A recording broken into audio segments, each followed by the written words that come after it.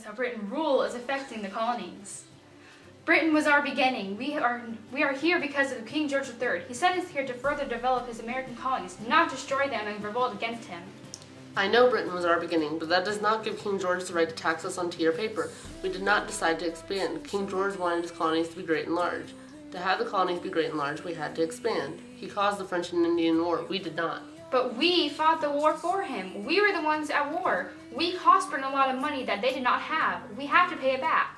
Maybe we did fight, but we were fighting for King George. He should realize he was the reason for the war. We did it for him.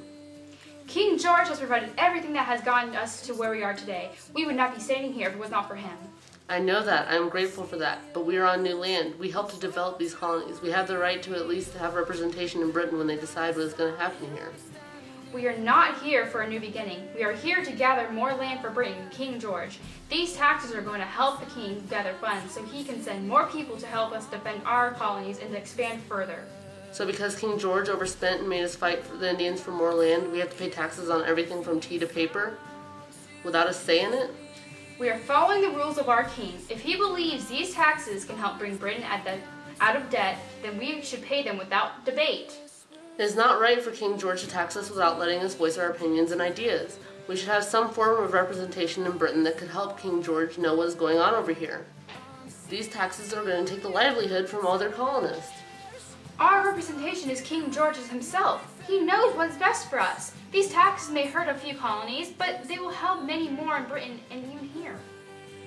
How is King George representing us fairly if he has not seen firsthand what is happening? King George represents us in Britain. Why do you think he cannot represent us here? Because he is not here. He has not seen the suffering these taxes are causing. This is going to turn into another Boston Massacre. Why can you not just see how King George and Britain have done for us? We are here. We have settled these lands. We did the work. We deserve freedom and representation before taxation. Let's start a riot! At the beginning of the American Revolution, England thought he had everything worked out, that he was just so clever. I'm so smart taxing America to solve my problems. I've just been so much in debt from the French and Indian War, so I need some more money quickly. Taxing America seems to be my only real option right now. Dude, not cool. It's not our fault that you're in debt. I'll give you that, but I created you, and you're here to support me. Oh, you think you're so smart, having put so much thought into this, have you? I do believe so, yes. Man, you just love to hate America. You just got out of a war. Are you trying to start another one? Not necessarily. It doesn't have to start a war unless you make it one, idiot. Dang it, Britain, I'm tired of your crap, and I'm not paying your ridiculous taxes either. Oh, aren't you now? We'll just see about that. And how about I raise them just a little bit more and see how you like that, frog? Ha ha ha ha. You know what, Britain? I don't need this. I've grown up, and I don't need your help. I'm cutting myself away from you, and I'm becoming my own country.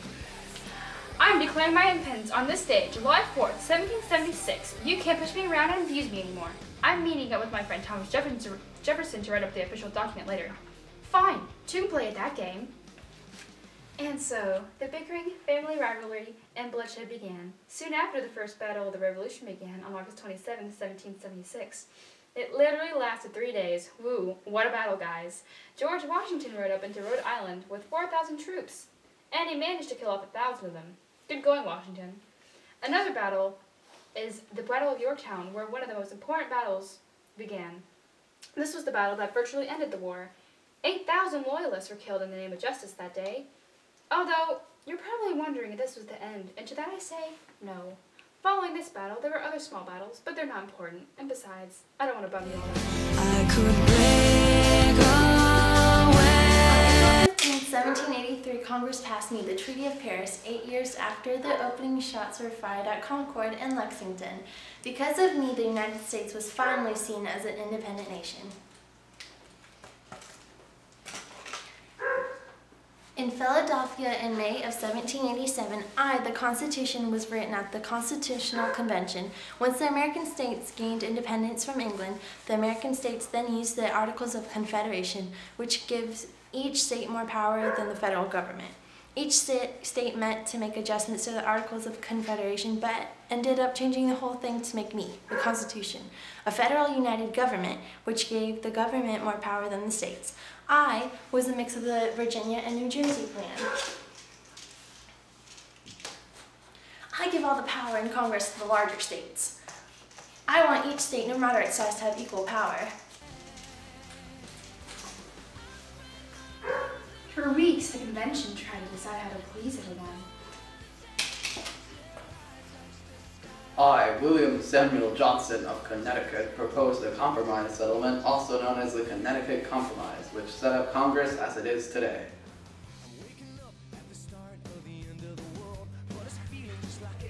With the ratification of the Constitution on June 21st, 1788, and its coming into effect on March 4th, 1789, the war with Britain was now over, and the United States should have a completely new government. So, Congress decides to meet up with their newly elected president to discuss the changes the new government would bring as a result of the Constitution. Hello, President Washington. Now that we are free from England, we are here to tell you about how our new country will work. Hello, Congress. First, tell me this. If the president is the leader of our country, how is he any different from a king? The president and the king are very different positions, Mr. President. We are a democracy now, not a monarchy, so instead of being selected from a royal family, the president is elected by the people of his country. That way, everyone has a say in who will lead them. The president doesn't rule the people, he works for them. That sounds great, much better than a king. I've also heard we have branches in place to keep the power balanced in our government, and that I, the vice president, and my cabinet will make up the executive branch. That's correct. We really have to make sure nobody in our government has too much power, so in accordance with the Constitution, our new government will be divided into 3 branches. The other 2 branches are the legislative, we make up that one, and the judicial, with our country's courts. The House part of Congress has representatives based on each state's population, and the Senate part has 2 representatives in each state. Both of them come together to make us, the Congress. With those branches in place, everyone in our country will be represented, and it's going to stay that way as long as our Constitution is followed.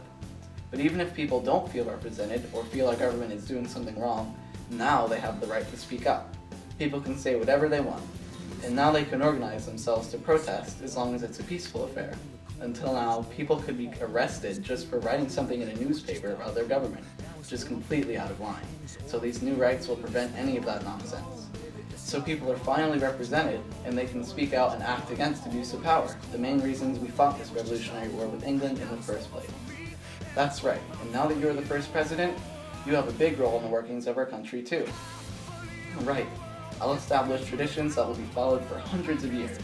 First, I will give my inaugural address, and tell my nation what I'm going to do as president and how I will guide America to prosperity. Also, because I cannot do that alone, I will create a cabinet of advisors to help me, and my vice president will cover for me if I'm ever away. Every president will follow these traditions from now on. All of these things are the result of the Constitution and our war with England. And now we're free from England in our own country, the United States of America.